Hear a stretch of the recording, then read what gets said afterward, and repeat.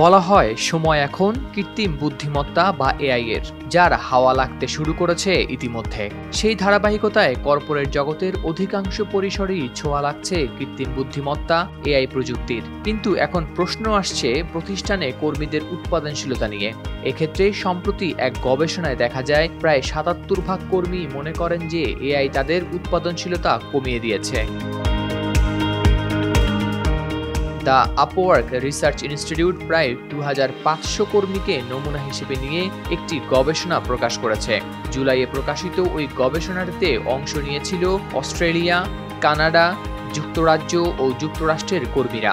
গবেষণার ফলাফলে দেখা যায় প্রায় ৯৬% শীর্ষ কর্মকর্তা মনে করেন যে এআই টুল তাদের কোম্পানিগুলোর উৎপাদনশীলতা বৃদ্ধি করবে। কিন্তু এআই টুল ব্যবহার করা কর্মীরা অবশ্য ভাবছে ভিন্ন কথা। এদের প্রায় ৭৭% কর্মী মনে করেন টুলটি বরং তাদের উৎপাদনশীলতা আরো কমিয়ে দিচ্ছে। তবে দুই ধাপের কর্মকর্তাদের ভাবনায় এমন ভিন্নতা থাকার পেছনে অবশ্য যৌক্তিক কারণও রয়েছে। গবেষণায় অংশগ্রহণকারী কর্মীদের কোম্পানিগুলোর মধ্যে ৩৯% এআই সহায়ক পদক্ষেপ গ্রহণ করেছে। অন্যদিকে ৪৬% কোম্পানিগুলো নিজেদের অভ্যন্তরে ও অবকাঠামোতে উল্লেখযোগ্য পরিবর্তন না এনেই কর্মীদের উৎসাহিত করছে এআই টুল ব্যবহারে।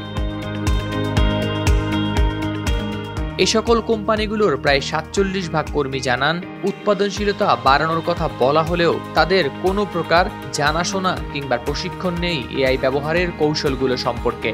আর এ কারণেই মোটা দাগে পাওয়া সম্ভব হচ্ছে না টুলটির সফলতা।